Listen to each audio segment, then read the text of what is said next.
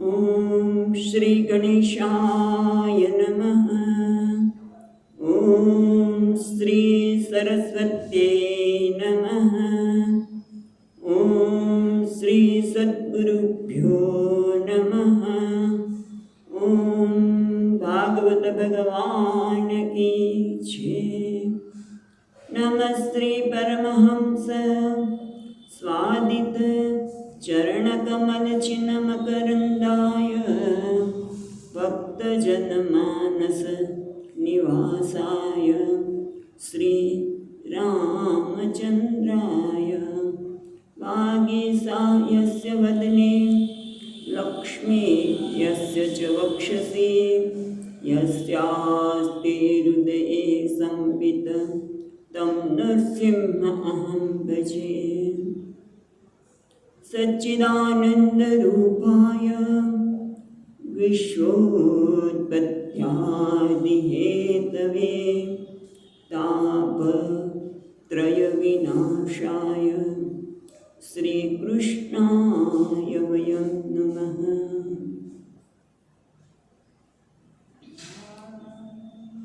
नारायणं नमस्कृत्यं नरं चैव नरोत्तमं देवीं सरस्वतीं व्यासं ततो जयमुदीरयेत्।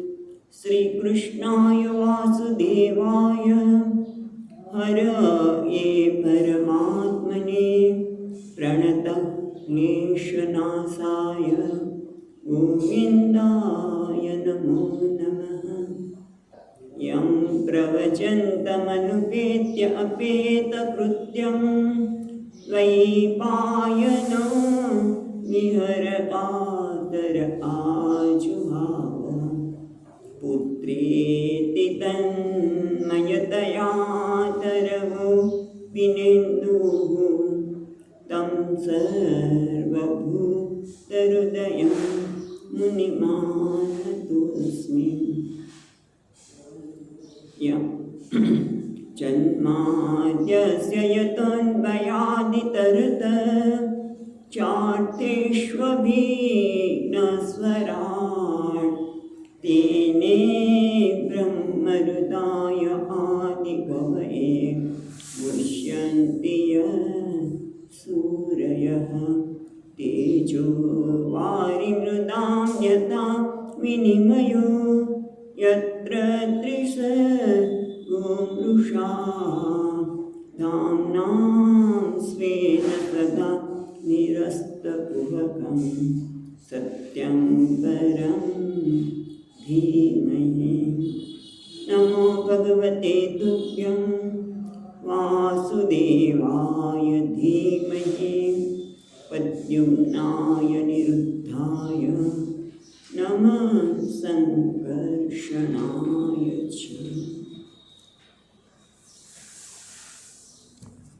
ॐ नमो भगवते वासुदेवाय।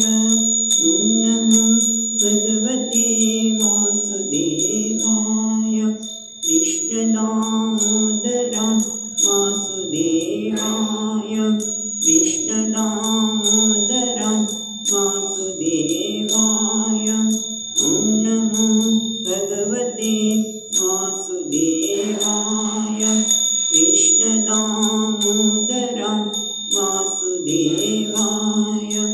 वासुदेवाय हरि वासुदेवाय वासुदेवाय हरि वासुदेवाय।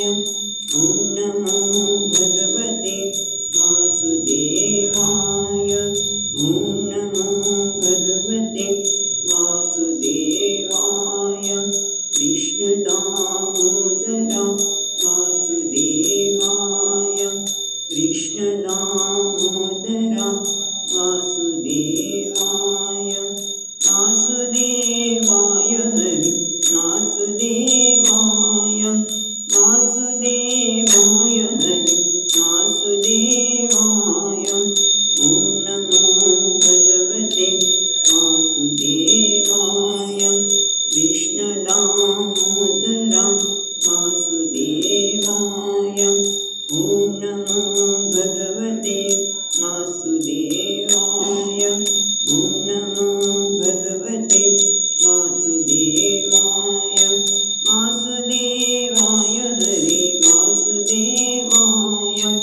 વાસુદેવાય વાસુદેવાય. ઓમ નમો ભગવતે વાસુદેવાય. કૃષ્ણ દામોદરમ વાસુદેવાય. કૃષ્ણ દામોદરમ વાસુદેવાય. ઓમ નમો ભગવતે વાસુદેવાય.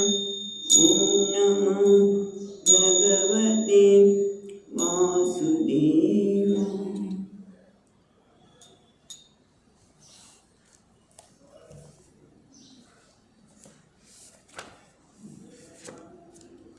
તો ગઈકાલે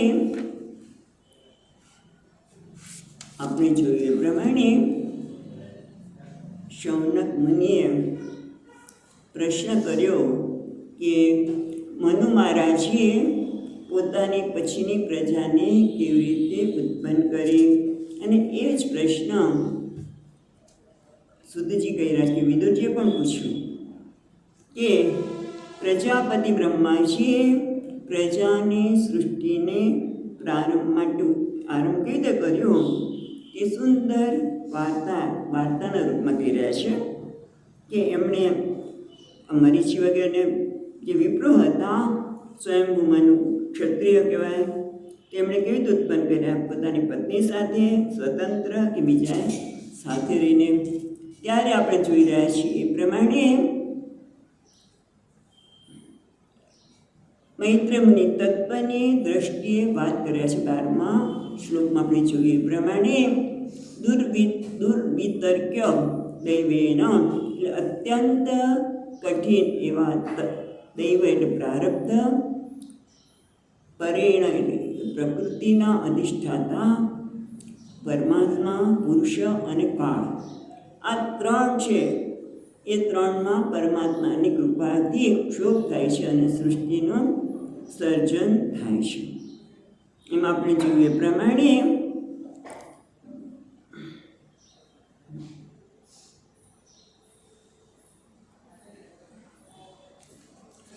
દૈવથી પ્રેરાયેલા રજોગુણાત્મકમાંથી મહત્તત્વ, 3 પ્રકારનો અહંકાર અને 5 તન્માત્રા, 5 મહાભૂત, 5 જ્ઞાનેન્દ્રિય, 5 કર્મેન્દ્રિય અને ઇન્દ્રિયોના દેવતા.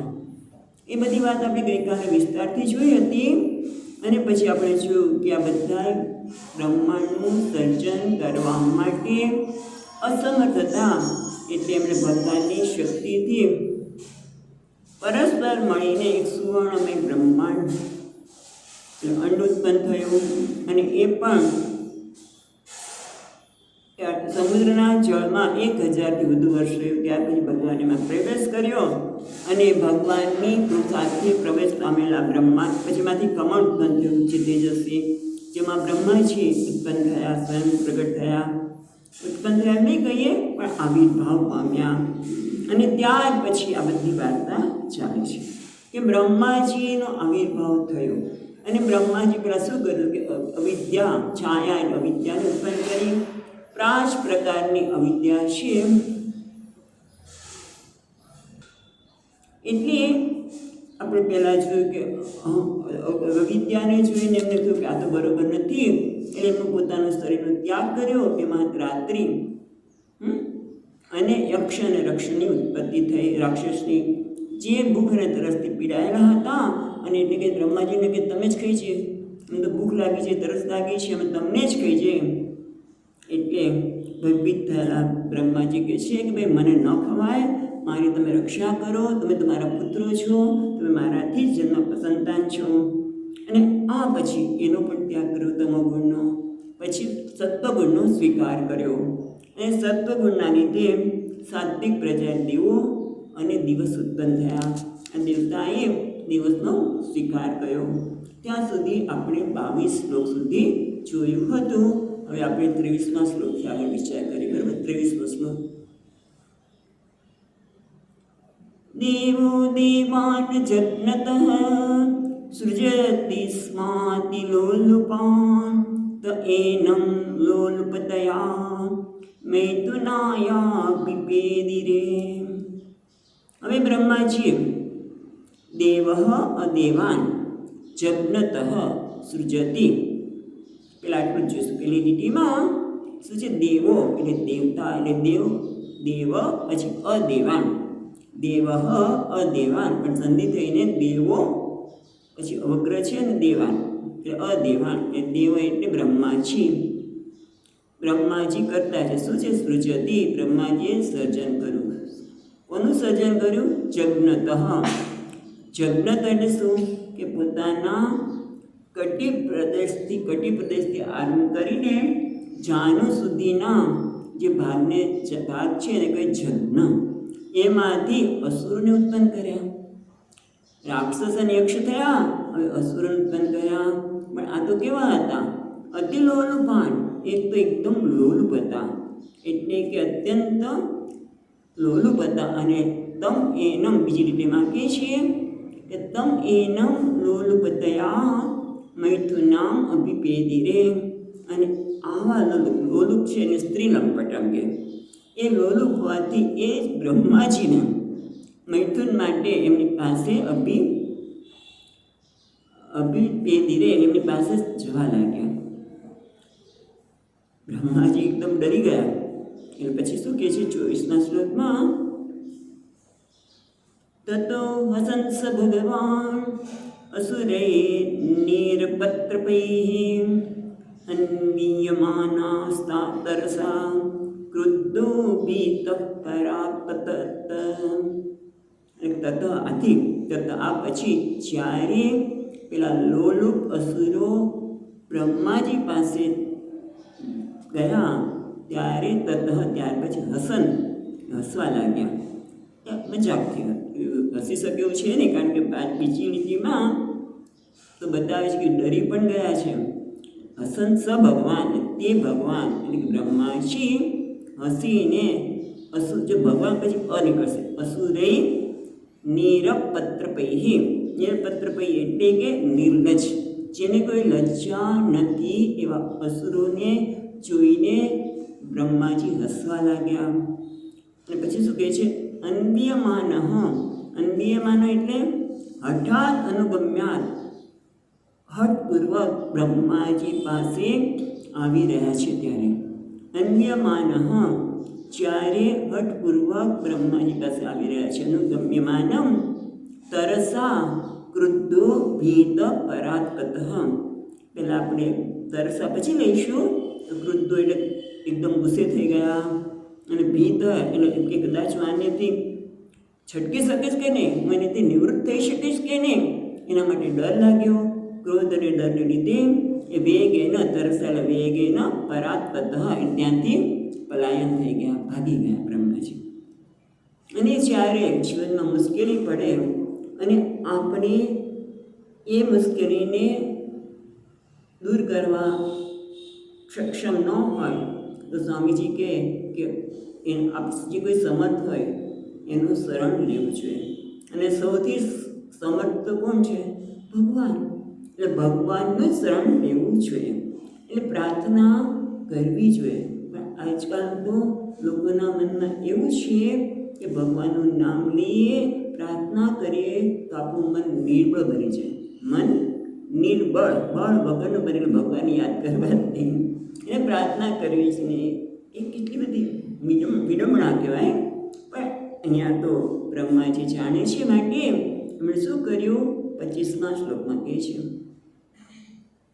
સ ઉપવ્રજ્ય વરદમ પ્રપન્નાટિહરમ હરિમ અનુગ્રહાય ભક્તાનામ અનુરૂપાત્મ દર્શનમ. એ ભગવાનના સંદર્ભમાં જ કહે છે. સ ઉપવ્રજ્ય એ એમની પાસે ગયા. કોની પાસે ગયા? વરદમ, જે વરદાન આપનાર છે તે, વરદાન આપવા માટે સક્ષમ છે તે. પ્રપન્ન આરતીહરમ, જે આરતી એટલે મુશ્કેલી, પ્રપન્ન એટલે જે ભગવાનના શરણે જાય એની આરતીને, એની મુશ્કેલીને દૂર કરનાર ભગવાન. હરિ એટલે ભગવાન. ભગવાન જે વરદાન આપનાર છે, જે એમને પ્રપન્ન એટલે શરણાગતિ સ્વીકારી છે, એની આરતીને અને મુશ્કેલીને હરનાર એવા હરિ પરમાત્માની પાસે ઉપવ્રજ્ય. પછી બીજું કહે છે અનુગ્રહાય ભક્તાનામ અનુરૂપાત્મ દર્શનમ. ભગવાન કેવા છે? વરદાન આપનાર તો છે, મુશ્કેલી દૂર કરનાર છે, જેમ શરણે જાય તે, પણ અનુગ્રહાય ભક્તાના, ભક્તો ઉપર અનુગ્રહ કરનાર છે.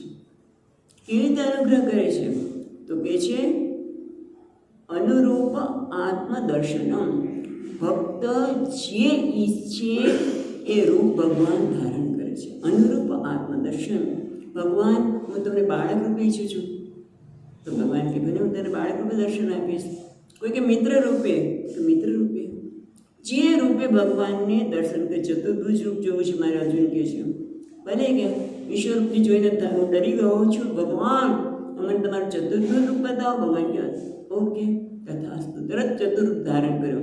એ કહેવાનું તાત્પર્ય એ છે કે અનુગ્રહાય ભક્તાના, ભક્ત પર અનુગ્રહ કરવા માટે, એ જેમને શરણે થયા છે એને ભક્તો પર અનુગ્રહ કરવામાં, ભક્તોની ઈચ્છા અનુસાર રૂપ દર્શન આપનાર એવા પરમાત્માના એમણે શરણે જઈને પ્રાર્થના કરી. શું પ્રાર્થના કરી? 26મા શ્લોકમાં કહે છે પાહિ માં પરમાત્મસ્તે પ્રેષણેના સૃજમ પ્રજા તા ઇમા અભિતુમ પાપા ઉપક્રામંતિ માં પ્રભુ. પેલા કહે છે પાહિ મામ પરમાત્મન, હે પરમાત્મા, મામ પાહિ, મારું રક્ષણ કરો. કારણ કે તે પછી પરમાત્મન, પછી સ છે એ સંધિના લીધે થયો છે. પછી તે પ્રેષણેન અસૃજમ પ્રજા, તે તવ તમારી, તે તમારી, પ્રેષણેન એટલે પ્રેરણાથી, અહમ અસૃજમ પ્રજા, તમારી પ્રેરણાથી. ભગવાન તમે કહ્યું કે પ્રેરણા આપી કે હું આ પ્રજાનું સર્જન કરું છું. પણ હવે શું થયું છે પ્રભુ? તા એમાં અભિતુમ પાપાહ ઉપક્રાંતિ, ઉપક્રામંતિ એટલે અનુગચ્છંતિ, મારી પાસે આવી રહ્યા છે. પાપા એટલે પાપિષ્ટાહ, જે પાપ કહે ને અતિ પાપિષ્ટ છે એવા, તે ઇમાહ આ બધા જે છે એ પાપિષ્ટ છે. માટે માં અભિયંતુમ, હે પ્રભુ. જો પછી છે ને બે બીજું એક સંબોધન છે. પહેલાં કે છે પરમાત્મા તમે મારું રક્ષણ કરો, તમારી પ્રેરણાથી હું આ પ્રજાનું સર્જન કરું છું. પણ આ પ્રજા અત્યારે શું કરી રહી છે? તે ઇમાહા, તે આ બધા જ જે પાપિષ્ટ છે એવા માં ઉપક્રાંતિ, એ મારી પાસે આવે છે. શેના માટે આવે છે? અભિતુમ, અભિતુમ, અભિતું છે ને, અભિતુમ એટલે મૈથુનથી ભ્રષ્ટાચાર કરવા માટે, મને ભ્રષ્ટ કરવા માટે આ લોકો આવી રહ્યા છે. હે પરમાત્મા મારું રક્ષણ કરો. હે પ્રભુ, આપની આજ્ઞાથી જ હું પ્રજાનું સર્જન કરી રહ્યો છું, ત્યારે આ પ્રજા તો મૈથુન દ્વારા મને ભ્રષ્ટ કરવા આવી રહી છે, માટે મારું રક્ષણ કરો. પછી આગળ કહે છે પ્રાર્થના કરતા 27મા શ્લોકમાં તમે કંકીલમ લોકાનામ ક્લિષ્ટાનામ ક્લેશનાશનમ તમેક ક્લેશદસ્તેષાં અનાસન્નપદામ તવ. કેટલું સુંદર છે ભગવાન માટે. આપણે ગણેશજીના નામ બોલી ત્યારે ખબર છે, ઓમ વિઘ્નહર્તાય નમઃ, ઓમ વિઘ્નકર્તાય નમઃ. ભગવાન કેવા છે ગણેશજી? વિઘ્ન કરતા. કોના માટે? જે અધર્મી છે, જે ખોટા માટે જઈ રહ્યા છે, એના માટે એ વિઘ્ન કરતા છે, એના માર્ગમાં મુશ્કેલી લાવનાર છે. અને જે ભગવાનના ભક્ત છે ને, વિઘ્નહર્તાય નમઃ, વિઘ્નને હરણ પણ એ જ કરે છે. એ જ વસ્તુ અહીંયા બ્રહ્માજી ભગવાનના સંદર્ભમાં કહે છે. શું કહે છે? તમ એકમ કિલ લોકાનામ ક્લિષ્ટાનામ ક્લેષ્ટનાશનમ. તમે એકમ, તમે એક જ છો. ખરેખર એ ભગવાન આપ એક જ એવા છો. શું? કિલ લોકાનામ, કિલ ખરેખર, તમ એકમ, તમે એક જ એવા છો. શું? ક્લિષ્ટાનામ ક્લેશનાશનમ. ક્લિષ્ટાનામ એ જે દુઃખીઓ છે એને ક્લેશનાશનમ, એનો દુઃખનો નાશ કરનાર આપ એક જ છો. તમે એકમ ક્લેશદ, અને તમે જ પાછા ક્લેશને આપવાવાળા છો. દુઃખને આપવાવાળા પણ તમે છો અને દુઃખને દૂર કરનાર પણ તમે છો. કોના માટે દુઃખ આપે છે ભગવાન? તો કે છે તમ એક ક્લેશદ તેષાં છે ને તેષામ અહીંયા કરી અનાસન પદામ અનાસન પદામ અનાસનૌ પદામ પદ એટલે ચરણ. જે લોકો પદામ તવ તવ તમારા ચરણોનો અનાસન એટલે આશ્રય, જેણે તવ અનાસન અનાવશ્રિતો જેણે તમારા પદ છે ને એટલે ચરણો, જેણે તમારા ચરણનો આશ્રય લીધો નથી, એટલે કે જે તમારી શરણે આવતા નથી અને પોતાને મારે છે હું કંઈક છું, હા, અને એવા તમે ક્લેશ આપનારા છો. પણ જે તમારી શરણે આવેલા છે, શરણાગત છે, જે કીધું આગળ હું તમારી શરણે છું. તમે પ્રપન્ના આરતી હરમ, તમે તો જે પ્રપન્ન થયેલા છે આરતીને દુઃખને હરનાર છો અને ભક્તો ઉપર તમે અનુગ્રહ કરનાર છો, એટલે એના માટે તમે ક્લેશનું હરણ કરો છો. પણ જે તમારે શરણે આવતા નથી એને ક્લેશ આપો છો. તો ભગવાને પાછા પક્ષપાતી થયા. હા, જે શરણે આવે ને એનું સંરક્ષણ કરે અને એને ક્લેશ આપે ના. એ ક્લેશ આપીને પણ છેવટેનું કલ્યાણ કરવા માગે છે. જ્યારે ભગવાનથી વિમુખ થઈ જાય છે માટે ભગવાનને ક્લેશ એટલે આપે છે કે જેથી ભગવાનની સન્મુખ થાય. ખ્યાલ આવે છે? ભગવાનથી આપણે જયંત કોણ? ઇન્દ્રનો પુત્ર, ઇન્દ્રનો પુત્ર જયંત એ માના પગને ચાંચ મારી નીકળી ગયો અને ભગવાને પાસે એક તણખલું જે બ્રહ્માસ્ત્ર તરીકે છોડ્યો. કોઈએ એને શરણ આપી ત્યારે ભગવાનની શરણે થયો. શેના માટે? કે તું જે ખોટું કામ કરી રહ્યો છો માટે તને મુશ્કેલીમાં મૂક્યો, કે જેથી તરત ભગવાનને શરણે થયો. એટલે ભગવાનને અભિમુખ કરવા માટે એનું કલ્યાણ અભિમુખ કરીને શું કરવું છે? પોતાના ગર્વને વધારવા માટે. હા, જો કેવું આવ્યો મારી પાસે, એવું ભગવાનને આવશ્યકતા નથી. સામાન્ય મનુષ્યને હોઈ શકે પણ એને આવશ્યકતા નથી. એને તો એક જ છે કે કેવી રીતે જીવનું કલ્યાણ થાય અને એટલા માટે ક્લેશ આપે છે. ભલે તેના શરણે ન આવ્યા હોય પણ શરણ આવે તો એનું ક્લેશ દૂર થાય, એટલા માટે ક્લેશ આપે છે. માટે તમે એક એવા છો કે તમે આ ક્લેશને દૂર કરનાર છો. માટે તમે જરૂર મારા ક્લેશને આ દુઃખને દૂર કરો. જ્યારે આવી રીતે પ્રાર્થના કરવામાં આવી ત્યારે ભગવાને શું કર્યું જોકે છે? સોવધાર્યસ્ય કાર્પણ્યમ વિક્તાધ્યાત્મદર્શન વિમુંચતામ તનું ઘોરમ ઇત્યુક્તો વિમુમોચ. સોવધાર્ય કાર્પણ્યમ વિક્તા છે ને, વિક્તા વિક્ત છે ને, વિક્તા છે એટલે વિક્ત અધ્યાત્મ દર્શન. પેલા એ શબ્દ જોઈએ કે ભગવાન માટે વપરાયેલો છે કે વિક્ત અધ્યાત્મ દર્શન. વિક્ત એટલે અસંદિગ્ધ, જેમાં કોઈ શંકા નથી. શું? અધ્યાત્મ દર્શન. અધ્યાત્મ એટલે પરિચિત્તા જ્ઞાનમ યસ્ય હરેહે. ભગવાન કેવા છે? અધ્યાત્મ દર્શનમ એટલે કે બીજાના ચિત્તમાં શું ચાલી રહ્યું છે એટલે અંતર્યામી છે, બધું ખબર છે. ચિત્ત એટલે અહીંયા શું કહે છે? અધ્યાત્મ દર્શનમ એ અન્યના ચિત્તનું જેને જ્ઞાન છે એવા હરિ કેવા છે? નિસ્સંદેહ. અન્યના ચિત્તને નિસ્સંદેહપણે જાણનાર. એટલે જોયું કે ભગવાને કે આ બ્રહ્માજી જ્યારે પ્રાર્થના કરે છે ત્યારે એ હૃદયપૂર્વક કરી રહ્યા છે, એના ચિત્તમાં શું ચાલી રહ્યું છે ભગવાનને ખબર પડી ગઈ.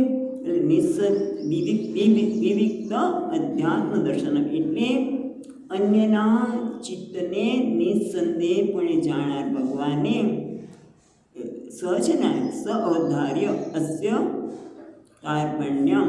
સ એટલે ભગવાન, ભગવાને અવધાર્ય નિર્ણય કર્યો, મને ખબર પડી ગઈ. અવધાર્ય એટલે આમ તો નિર્ણય કરવો, જ્ઞાન થવું, પણ અહીંયા નિર્ણય કરશું. અસ્ય કાર્પણ્ય. અસ્ય એટલે આને બ્રહ્માજી. બ્રહ્માજીની દીનતા જોઈએ, ભગવાનને દીનતા ગમે છે, અહંકાર નથી ગમતો. એટલે કાર્પણ્યમ અસ્ય સ્વ. ભગવાને એના બીજાના ચિત્તમાં શું ચાલે છે નિશ્ચયપણે જાણનાર ભગવાને બ્રહ્માજીના દૈન્ય ભાવને જાણ્યો. અને પછી શું કીધું? જ્યારે તો બહુ દિન થઈ ગયો છે, ખરેખર મુશ્કેલીમાં મુકાઈ ગયો છે, ત્યારે કે છે વિમુંચ આત્મા તનુમ ઘોરામ. ઘોરામ એટલે ઘોર, ઘોર એટલે કામ કલ્મશામ સ્વતનમ. આ કામરૂપી મોહયુક્ત પોતાના શરીરનો તમે ત્યાગ કરો. જે પાછળ પડ્યા છે ને અસુરો, એ કામરૂપી શરીર છે એનો તમે ત્યાગ કરો. એ જ્યારે આવું કહેવામાં આવ્યું, વિમુંચ આત્મનમ તનમ, તમારું પોતાનું આજ ઘોર એટલે કે કામરૂપી મોહયુક્ત છે એનો તમે ત્યાગ કરો. જો આવું કહેવામાં આવ્યું એટલે ઇતિયુક્તા છે ને, ઇતિયુક્ત ઇતિ ઉક્ત વિમોચ. આ રીતે જ્યારે બ્રહ્માજીને કહેવામાં આવ્યું ત્યારે બ્રહ્માજી પોતાનું શરીરનો ત્યાગ કર્યો. બરાબર છે. હવે આપણે ગઈકાલે વાત કરી હતી, અહીંયા પાછા ટીકાકાર યાદ અપાવે છે કે જ્યાં જ્યાં શરીરને છોડવું કે ગ્રહણ કરવું એ શું છે? આપણા માટે જે સ્થૂળ દરેક શરીર છે, મોટે ભાગે શરીર એટલે એ જ યાદ આવે, પણ અહીંયા શરીર એટલે મનનો ભાવ. મનનો ભાવ છે એમનો એમણે ત્યાગ કર્યો. એટલે જ્યાં જ્યાં શરીર ગ્રહણ આવે એટલે મનના ભાવનો એમણે ત્યાગ કર્યો. મનમાંથી વિચારને છોડી દીધો, એનો ત્યાગ કર્યો. હવે જ્યારે ત્યાગ કર્યો ત્યારે શું થયું? કારણ કે આપણે જોયું છે કે જ્યારે શરીર ત્યાગ કરે છે ત્યારે કંઈક ઉત્પન્ન થાય છે. જેમ અજ્ઞાન શરીરનો ત્યાગ કર્યો ત્યારે રાત્રિ ઉત્પન્ન થઈ અને યક્ષ અને રાક્ષસ ઉત્પન્ન થયા. સાત્વિક શરીરનો ત્યાગ કર્યો ત્યારે દેવતાઓ અને દિવસ ઉત્પન્ન થયા. એવી રીતે આ શરીરનો ત્યાગ કર્યો ત્યારે સંધ્યા દેવી ઉત્પન્ન થયા. ઉપનિષદમાં કહ્યું છે શ્રુતિમાં, સા અહોરાત્રયો સંધિર અભવત. એટલે એ વખતે સંધ્યા એટલે કે દિવસ અને રાત્રિના સંધિકાળ બને. દિવસ અને રાત્રિના સંધિકાળ રૂપી સંધ્યા બની. બરાબર? તે બ્રહ્માજી દ્વારા તજાયેલી તે કાયા સંધ્યાકાળની સંધ્યા બની. અને એ વખતે ઓલા લોકોમાં કામની પ્રબળતા હતી, એટલે તે કામની પ્રબળતાનો સમય હતો. અને અસુરો કહેવાય છે રજોગુણી છે, બહુ રજોગુણ છે, એટલે સ્ત્રી લંપટ છે. એટલે સંધ્યાને જોઈને એમને સ્ત્રીની કલ્પના થઈ. જો વસ્તુ એની એ છે, તમે કઈ દ્રષ્ટિથી જુઓ છો એના ઉપર આધાર છે. કેટલા બધા શ્લોક પછી આપણને બતાવશે કે સંધ્યા એક કેવી સંધ્યા એટલે દિવસ અને રાત્રિનો સંધ્યાકાળ. એટલે તમે જો સંધ્યાકાળમાં તમે સૌંદર્ય બહુ હોય સંધ્યા દેવીનું, એકદમ જો આકાશ સ્વચ્છ હોય તો આપણી સૌંદર્યને જોવું ગમે, એને માણવું ગમે, પણ એને ભોગવાનું ન હોય. અને એટલા માટે કહે છે કે સંધ્યાકાળમાં ભગવાનનું ભજન કરવાનું હોય. પણ આ તો અસુરો છે, એ તો લોલુપતાના લીધે સંધ્યા દેવીનું જે સ્વરૂપ છે એના સામર્થ્યને ન જાણવાના કારણે એને સંધ્યાજી કેવા લાગે છે? એક સ્ત્રી જેવા માને છે. એટલે કે સ્ત્રી તામ સંધ્યામ એક સ્ત્રી કલ્પિતા. એ સંધ્યા જે સંધ્યા એટલે દિવસ અને રાત્રિનો વચ્ચેનો કાળ, સંધ્યાકાળ, એને સ્ત્રી માની લીધી. એટલે કીધું તમે વસ્તુને કઈ રીતે જુઓ છો? એ સ્ત્રી માનીને એ સ્ત્રી લંપટ અસુરો હવે એ સંધ્યામાં સ્ત્રીના જે ગુણ હોય એ બધું જ એને દેખાય છે. આકાશમાં જે સંધ્યા છે કોણ છે? બ્રહ્માજીએ ત્યાગ કરેલો શરીર. કારણ કે કોને ભગવાન કીધું તમે આ શરીરનો ત્યાગ કરી દો, એટલે એનાથી સંધ્યા જે ઉત્પન્ન થયા. તો એના માટે હવે કહે છે 29મા શ્લોકમાં,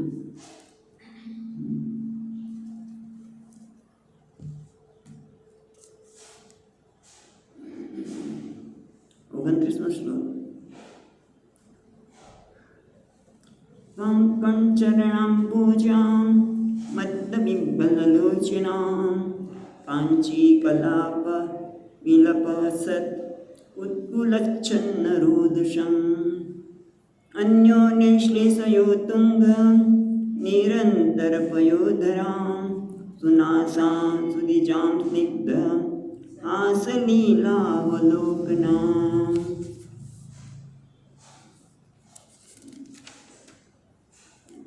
પછી 31 પણ વાંચી લઈએ છીએ.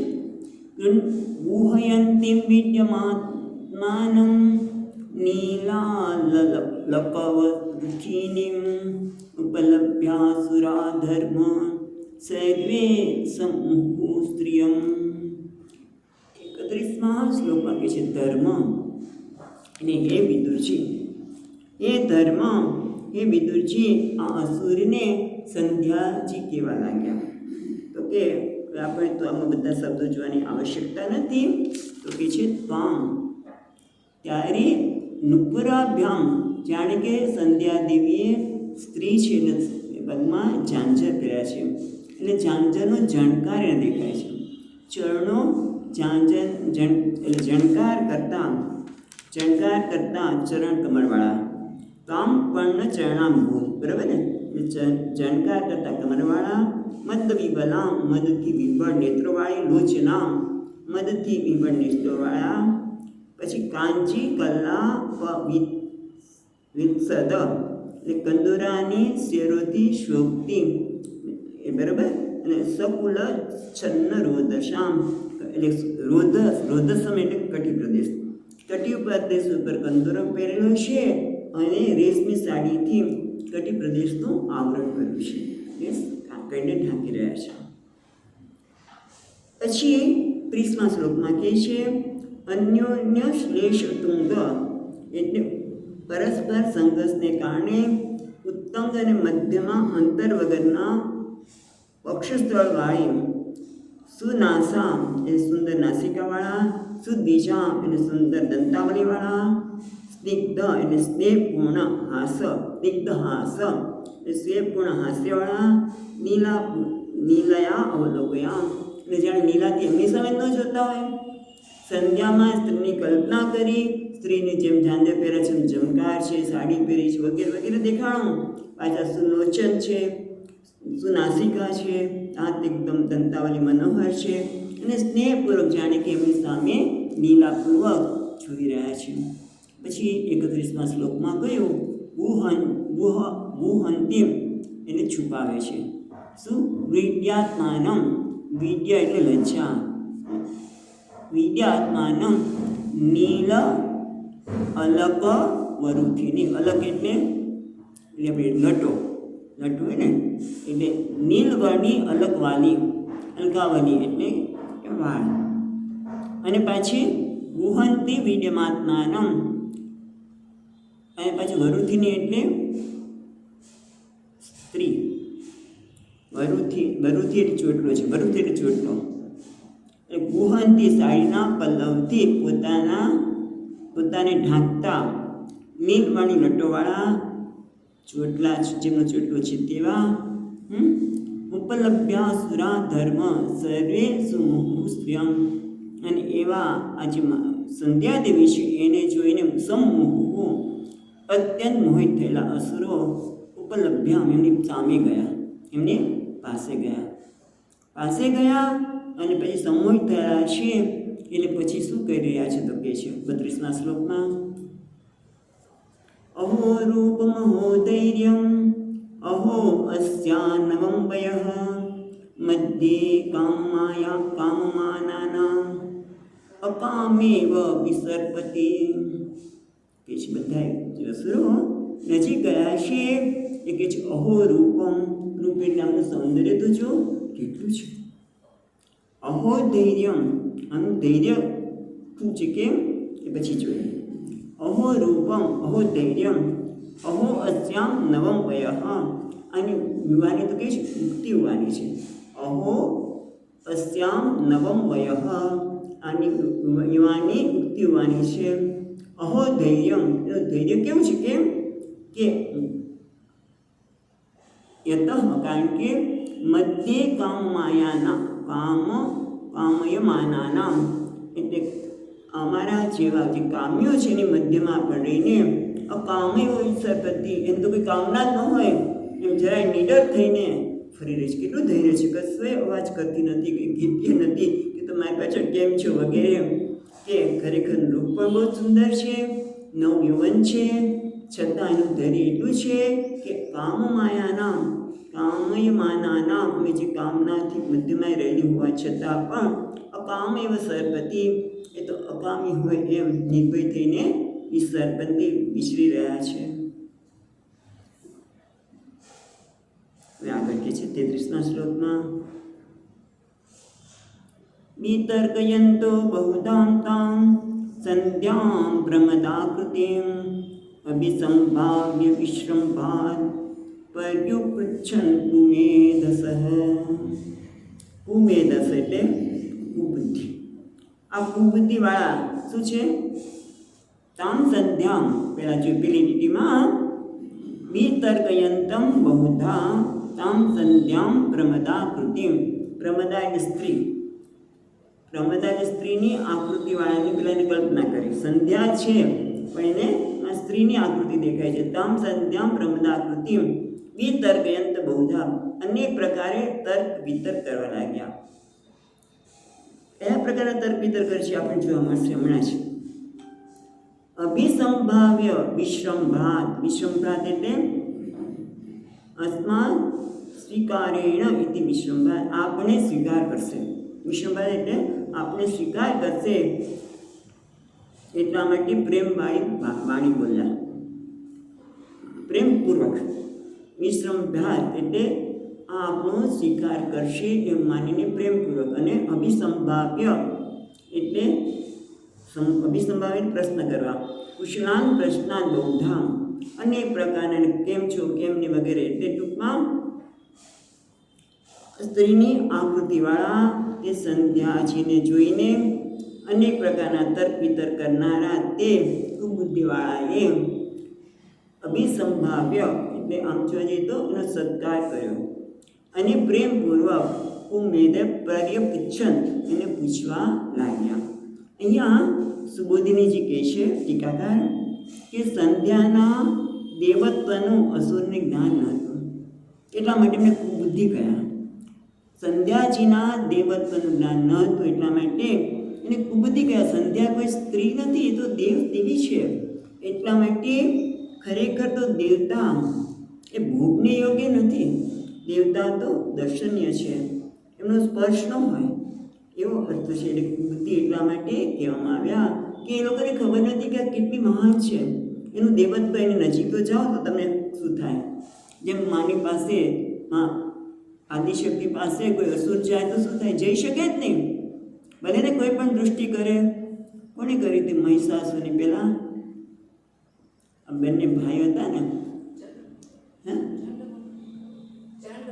હા ચંડમુંડ નહીં, પછી કઈ વાંધો જે હોય. ટૂંકમાં એમણે ચંડમુંડ તો ગયા હતા કે તમે શુંભ નિશુંભ માટે કે તમે મારા સ્વામીની સાથે લગ્ન કરશો. ખ્યાલ ત્યાર પછી મેં કહ્યું કે જે મને રણમાં હરાવીએ એને હું જોઈશ. એટલે ટૂંકમાં એ પૂજનીય છે, એ ભોગ યોગ્ય નથી, પણ એને ન જાણનાર હોવાથી એને કુબુદ્ધિ એવું કહેવામાં આવ્યું. અને હવે શું કહે છે? પર્યપૃચ્છન, એને પૂછા કરી. એમને પૂછ્યું. શું પૂછ્યું? 34મા શ્લોકમાં કહે છે, કાશી કુશ્યાસી રંભુરુ કો વાર્તત્રમા ભામિની રૂપદ્રવિણ પન્નેન દુર્ભાવનો વિવાદસે. એટલે કહે છે કાશી કશ્યાસી રંભુરુ. રંભુરુ એટલે હે સુંદરી. એ સુંદરી કાશી. કાશી કાશી આમ તો તમે કોણ છો? પણ એ કાશીનો અર્થ છે તમે તમારી જાતિ કઈ છે, તમે કઈ જાતિના છો. પછી કસ્ય આસી, તમે ક્યાંના છો, એટલે કે તમે કોઈની પુત્રી છો. કસ્ય કન્યા આસી, તમે કોના પુત્રી છો, તમે તમારી જાતિ શું છે. કો પહ રંભોરું એટલે સુંદરી. કો વા અર્થ તે અત્ર ભામિની. એટલે ભામિની એટલે કોપ કરનારા, ભામી રૂપ છો. તમે આમ દેખાવો છો પણ કોપ કરતા હોય એવું લાગે છે. ગુસ્સે થયા હોય એવું પણ લાગે છે. એટલે કોપ કરનાર ભામિની ક વ અર્થ અત્ર. અહીંયા તમે કયા પ્રયોજનથી આવ્યા છો? ખ્યાલ આવે છે? તમે અહીંયા આવ્યા છો તેની પાછળનું પ્રયોજન શું છે? તમારી જાતિ શું છે? તમે કોની કન્યા છો અને અહીંયા શા માટે આવ્યા છો? એનું પ્રયોજન શું છે? પછી પોતે નક્કી કરી લીધું. પોતે પૂછે છે કે એનું પ્રયોજન શું છે અને પછી પોતે જ કહે છે રૂપ દ્રવિણ પણ્યેન. પણ્ય એટલે વિક્રિય. રૂપનું તમારું રૂપ કેવું છે? રૂપ દ્રવિણમ પણ્યેન. રૂપ છે એ કેવું છે? અમૂલ્ય રૂપ. દ્રવિણ એટલે દ્રવ્ય. દ્રવ્યથી ખરીદવા યોગ્ય. તમારું રૂપ તો દરેક પૈસાથી ખરીદવા યોગ્ય છે. પણ અમે કેવા છીએ? દુર્ભગાન નહ એટલે અમે કેવા છે? દુર્ભાગી છે. કેમ? કારણ કે દુર્ભાગી કેમ કીધું પોતાની? કે તન્મૂળ દાનમ અસમર્થાન દરિદ્રાન. અમે તો દરિદ્ર છીએ. તમારા મૂલ્યને, તમારું જે મૂલ્ય છે એનું પૈસા આમ તો કહેવાય એ અમે આપી શકતા નથી. માટે અમે દુર્ભાગી છે. અને એટલા માટે વિવાદ હશે એટલે તમે અમને પીડી રહ્યા છો, તમે અમને દુઃખી કરી રહ્યા છો, તમે અમને કામનાથી પીડી રહ્યા છો, દુઃખી કરી રહ્યા છો. સંધ્યાથી તો કે જવાબ આપવાના નથી.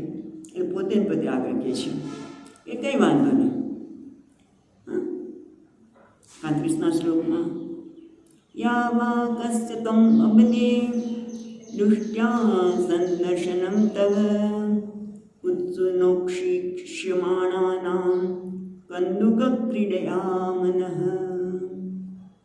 યાવા કાશ્ચિત તમ અબલે. અબલે એટલે હે અબળા.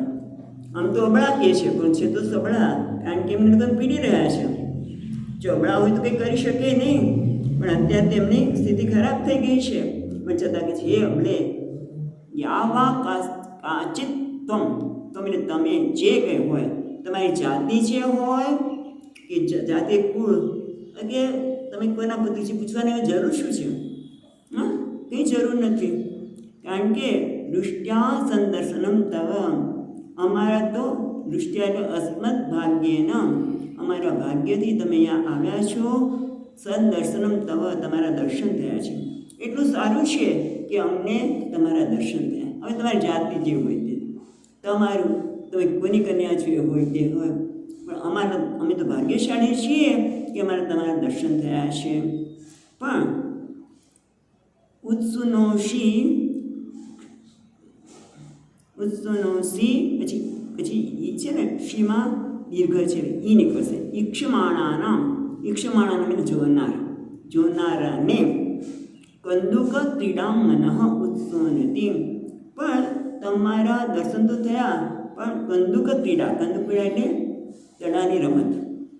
દડું રમતા હોય તો ઘડીમાં કોઈ આમ ફેંકે ને કોઈ આમ ફેંકે રાઈટ, એને દડાની રમત કહે. કંદુક ક્રીડાયા મનઃ ઉત્સુનોષી ઈક્ષમાણા. જે તમારી સામે જોઈ રહ્યા છીએ એને દડાની રમતની જેમ મારા મનને, દડાની રમતની જેમ આ મનને ઉત્સુનોષી એટલે તમે મથી રહ્યા છો. કામની પીડાથી તમારા મનને આમ દડો કેમ પછી આમ લેવા જાય તો બીજી બાજુ જાય, કોઈને દડો પકડી શકે નહીં.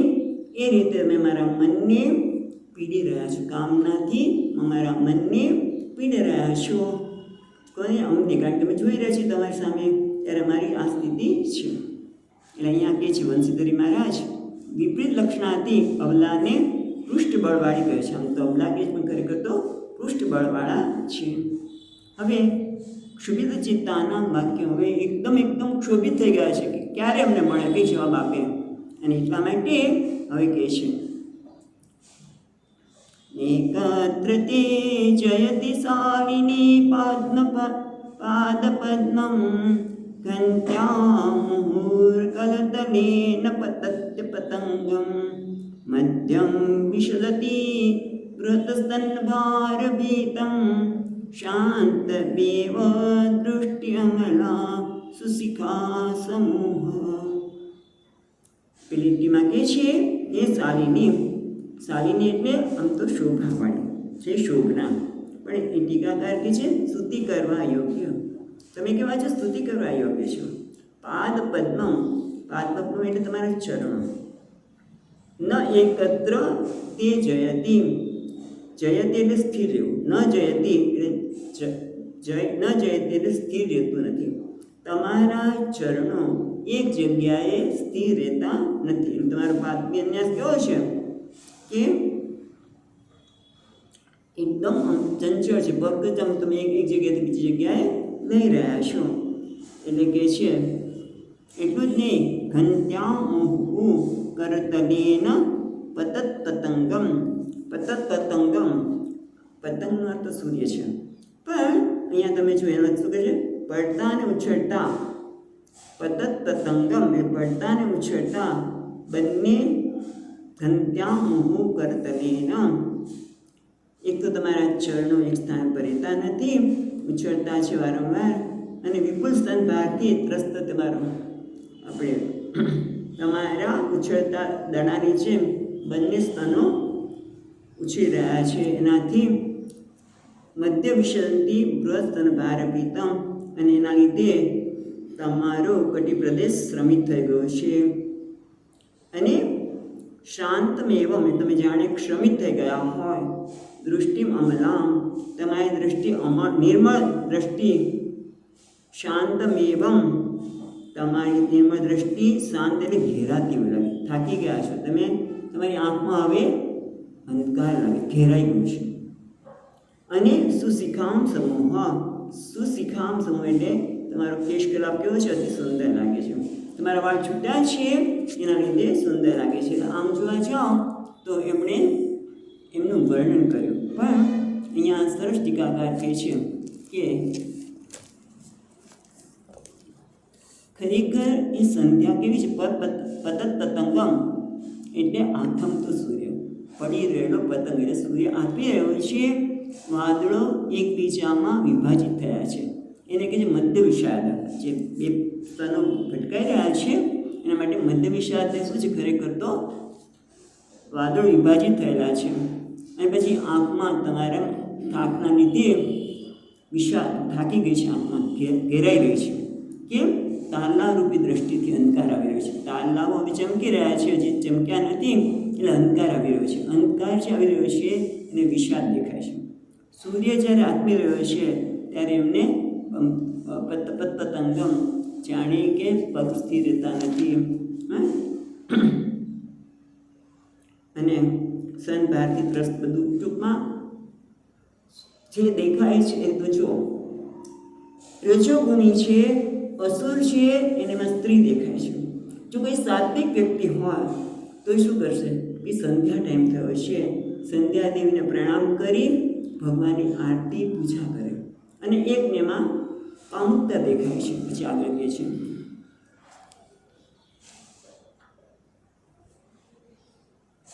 પછી 38મા શ્લોકમાં કહે છે ઇતિ સાયંતનીમ સંધ્યામ અસુરા પ્રમદાયતીમ પ્રલોભયંતીમ જુહુ મત્વા મૂઢધ્ય સ્ત્રિયમ.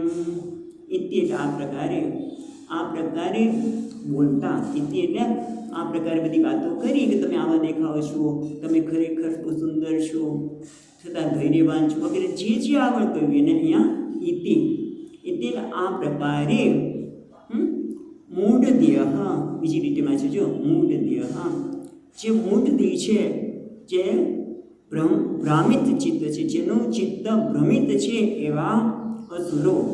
અસુરો ક્યાં લખ્યું છે? પેલી ટીમાં જો ઇતિ સાયંતતનીમ સંધ્યામ અસુરાહ મૂઢધ્ય અસુરાહ, જે ભ્રમિત ચિત્તવાળા અસુરો છે. પ્રમદાયતીમ, એને પ્રમદા એક સ્ત્રી તરીકે જોવે છે, અને પાછા કેવી? પ્રલોભયંતીમ, જાણે લોભાવતી હોય એવી.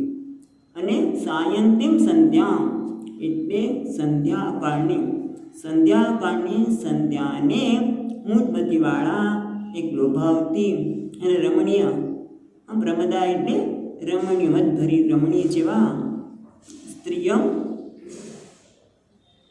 મત્વા એને સ્ત્રી માનીને જગુહુ એને સ્ત્રી માનીને ગ્રહણ કર્યું કે આ સ્ત્રી જ છે. એટલે મદપરી રમણી જેવું આચરણ કરતી લોભાવતી સંધ્યાકાળની સંધ્યાને મૂઢમતીવાળા અસુરો એને સ્ત્રી માનીને ગ્રહણ કરી. એટલે પાછું શું થશે? બ્રહ્માજી એનો પણ ત્યાગ કરે છે, જોગે છે.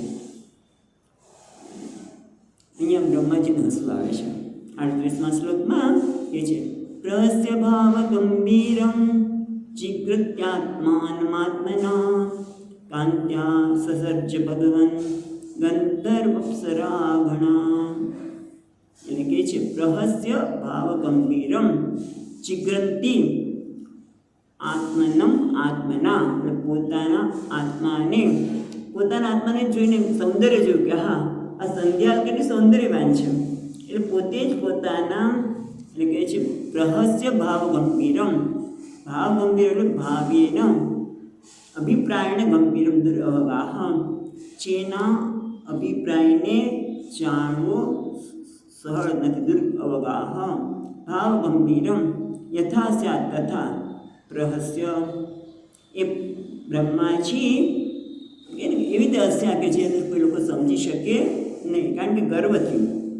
બ્રહ્માજી હસીને પોતાના વડે જ આસ્વાદન કરતા કાંત્યા એટલે બીજી રીતેમાં છે કાંત્યા એ સૌંદર્યથી પોતે જ પોતાના સૌંદર્યથી એ પોતે હસવા લાગે કે વાહ મેં કેવું સરસ સૌંદર્ય ઉત્પન્ન કર્યું. કે જે બ્રહ્માજી ભાવ ગંભીર હાસ્ય કરીને પોતાના સૌંદર્યને પોતે જ આસ્વાદન કરી કાંત્યા સર્જ પોતાની કાંતિથી સસર્જ ભગવાને બ્રહ્માજીએ સર્જન કર્યું. કોનું સર્જન કર્યું? કોણ સુંદર હોય? એ સુંદર વ્યક્તિનું સર્જન કર્યું. એટલે કે છે ગંધર્વ અપ્સરાન ગણાન. એને ગંધર્વ અને અપ્સરાના ગણોને ઉત્પન્ન કર્યા. એટલે અહીંયા કહે છે કે પ્રહર્ષન ટીકામાં કહે છે સૌંદર્યજન્ય ગર્વ પ્રબળ મનોયોગપૂર્વક પોતે અભિવ્યક્ત થાય તેવું હાસ્ય. એટલે અંદર એક ગર્વ છે કે વાહ કેવું સૌંદર્ય છે, આ મેં ઉત્પન્ન કર્યું. એટલે ક્યારેક ક્યારેક થોડું ગર્વ ઉત્પન્ન થઈ જાય સર્જન વખતે. એમને સર્જન વખતે ગર્વ ઉત્પન્ન થયો અને પછી પોતાની જ કાંતિમાંથી જે આસ્વાદન કરતી પોતાની કાંતિમાંથી જિગ્રન એટલે આસ્વાદન કર. જિગ્રન એટલે કે જિગ્રન એટલે સૂંઘવું. અહીં જિગ્રન એટલે આસ્વાદન કરવું. આસ્વાદન આત્માનમ આત્મના સ્વયં આત્માના પોતાના જ આત્મા વડે જે આ સૌંદર્ય છે એને આસ્વાદન કરતા. પણ કેવી રીતે? ભાવ ગંભીરમ પ્રહસ્ય. અને એના માટે એ પોતે હસવા લાગ્યા. અને ભગવાન એટલે બ્રહ્માજી ગંધર્વ અને અપ્સરાના સમૂહને ઉત્પન્ન કર્યા. ચલો અહીં અટકીએ છીએ. પછી એને છોડે છે. એટલે આમ તમે જુઓ કે અહીંયા સર્જનની પ્રક્રિયા એક આગવી છે. તમે ઉપનિષદના સર્જન પ્રક્રિયા અહીંયા પણ આગળ કરી છે પ્રક્રિયા, પણ હવે અહીંયા જુદા રીતે બતાવે છે કે દરેક વખતે સર્જનમાં એક શરીર ધારણ કરે છે, એ શરીરને ત્યાગ કરે છે. ના, બરોબર નથી. અને એમાંથી સંધ્યા ઉત્પન્ન થઈ. જ્યારે પેલા રાક્ષસો અસુરો છે એ અસુરો ઉત્પન્ન થયા અને એમને જ બ્રહ્માજીની પાછળ જ એને ભ્રષ્ટ કરવા નીકળ્યા. કઈ શબ્દ વાપર્યો ને અહીંયા 26મા શ્લોકમાં કે બ્રહ્માજીને મૈથુન દ્વારા ભ્રષ્ટ કરવા નીકળ્યા. ત્યારે બ્રહ્માજીએ પ્રાર્થના કરી કે ભગવાનનું શું કરું, મને બચાવો. તમે તો કેવા છો, મુશ્કેલીમાં હોય અને તમારી શરણે આવે તો મુશ્કેલી દૂર કરો, પણ જે તમારી શરણે ના આવે ને મુશ્કેલી આપનાર પણ તમે જ છો. અને ભગવાન કીધું છોડી દે, ત્યાગ કર. અને ત્યાગ કરું એમાંથી આ સંધ્યા દેવીની ઉત્પત્તિ થઈ. અને અસુરો હતા, રજોગુણી હતા, એટલે એમને આમાં સ્ત્રીની કલ્પના કરીને આપણે જોયું કે કેવા એને મનોભાવ કેળવ્યા. અને જેને સ્ત્રી જ હોય એમ કે છે અહો રૂપમ અહો ધૈર્ય. તમારું રૂપ તો જુઓ, તમારું ધૈર્ય તો જુઓ કે અમારી વચ્ચે પણ તમે નિર્ભય થઈને ફરો છો, તમને કોઈ કામના નથી દેખાતી, માટે તમે એમને કહો. એમ કરીને આપણે જોયું એ સ્ત્રીની કલ્પના કરી. એટલે પછી એ સૌંદર્ય જોઈને, સાયંકાળની સંધ્યા જોઈને બ્રહ્માજી એમાંથી ગંધર્વ અને અસુરોની રચના કરી. ચલો અટકીએ. સચ્ચિદાનંદ રૂપાય વિશ્વોત્પત્યાદિ હેતવે તાપત્રય વિનાશાય શ્રી કૃષ્ણાય વયં નમઃ. યં પ્રવચन्तમનુપેત્ય અપેતકૃત્યં દ્વૈપાયનો વિહર આદર આજુભાવ પુત્રેતિ તન્મયતયાતરવો વિનેન્દુઃ तं સર્વભૂતહૃદયં નિમાનતોऽસ્મि. ઓમ શાંતિ શાંતિ શાંતિ. હરિ ઓમ. શ્રી ગુરુભ્યો નમઃ. હરિ ઓમ.